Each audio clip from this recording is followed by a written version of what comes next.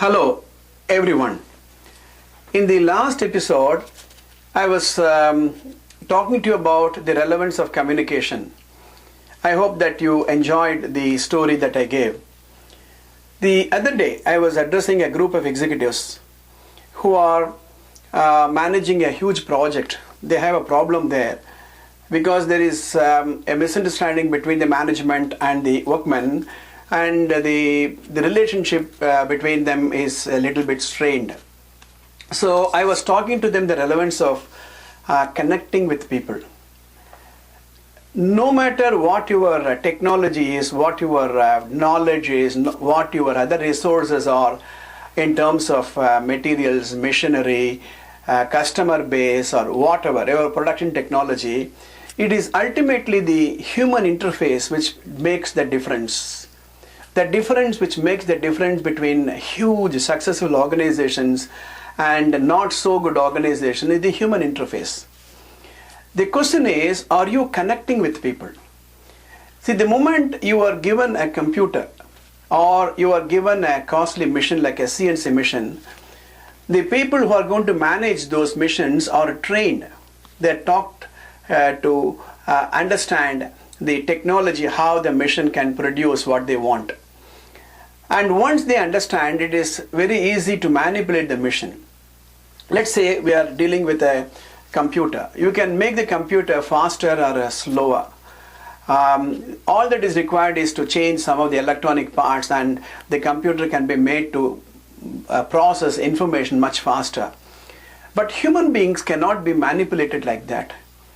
You cannot make a person to perform more work just because you desire. He has to understand. The same applies to a classroom where a teacher is teaching a set of students. She can teach, but the question is, are the students learning? So teaching is different, learning is different. Teaching takes place at the teacher level, but the learning has to take place at the student level. So between teaching and learning, the interface is the mind. So you have to connect. One of the things I was telling the executives, as you go up the organization, you are dealing with more people issues than of technical issues. Let's say that you are in charge of a computer and you are writing a program, and you deal with the computer, you communicate with the computer, and you get results out of the computer. But if you are dealing with programmers, if you are dealing with software specialists, you cannot equate the software specialist or the programmers with that of a computer. You have to understand emotions, you have to understand feelings. That's the reason, if you remember in episode 9, I want you to recall in the episode 9, I gave you a structure.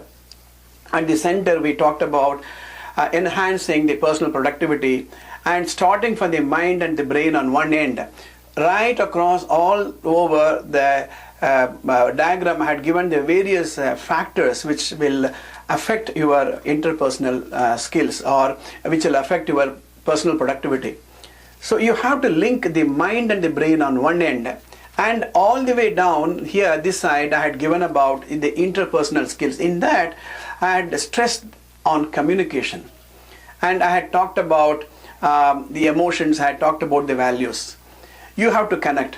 While I say this episode, while I am giving this episode, I recall a Zen story that I heard somewhere.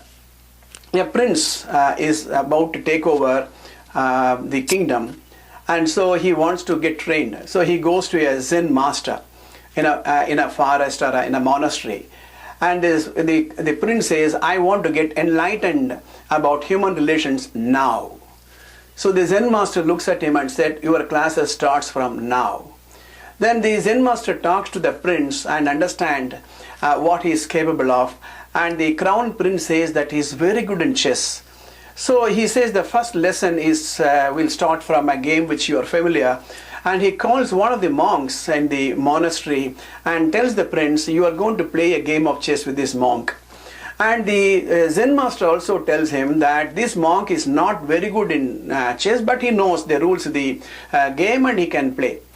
And before they start, the Zen master says, remember one thing, the person who is defeated, his head will be beheaded. So on this condition you start. So the game starts.